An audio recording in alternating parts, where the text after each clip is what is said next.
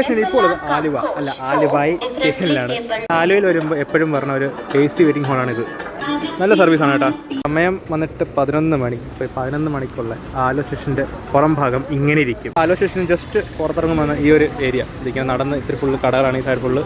ഇറങ്ങിയ ഉടനെയാണ് ഇവിടെ ഓട്ടോ സ്റ്റാൻഡും ഉണ്ട്, ഇരിക്കാൻ തട്ടുകടയൊക്കെ ഉണ്ട്. നമ്മളിവിടെ ഈസ് വെഡ്ഡിങ്സിൻ്റെ I love Aluva, Aluva municipality. ഈ ഏരിയ അടിപൊളിയാണ്, പക്ഷേ ഒരു രാത്രിയൊക്കെ ആകുമ്പോൾ ഏരിയ അത്രയ്ക്കും നല്ലതല്ല കേട്ടോ. റെയിൽവേ സ്റ്റേഷൻ കാണുന്ന പോലെ തന്നെ നമ്മൾ സ്റ്റേഷനിൽ ഇറങ്ങിയ ഉടനെ ഇവിടെ ഫുള്ള് ലോഡ്ജ്, ഹോട്ടൽ, റൂംസ് എല്ലാം അവൈലബിൾ ആണ്. തൊട്ടടുത്തൊക്കെയാണ് എല്ലാം ഉള്ളത്. അതിൽ മലയാളിയല്ല, ബംഗാളിയുടെ അത്ര കടയിലാണ് തോന്നുന്നത്. ഇഷ്ടപ്പെടുന്നത് അടിപൊളി സ്മെല്ല് കേട്ടോ. നല്ല മണമുണ്ട്. ആലുവ സ്റ്റേഷൻ ഇറങ്ങി റൈറ്റ് സൈഡിലോട്ട് 1 മീറ്റർ അത് അതിലുകൂടെ പോകില്ല.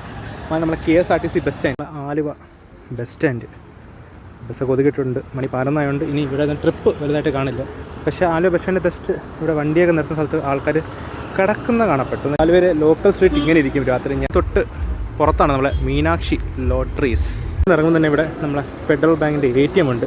ഉള്ള ട്രെയിൻ പകൽ 2:44 എന്തോ ആണ്. ബാഗ് സൂക്ഷിക്കുന്ന സ്ഥലം.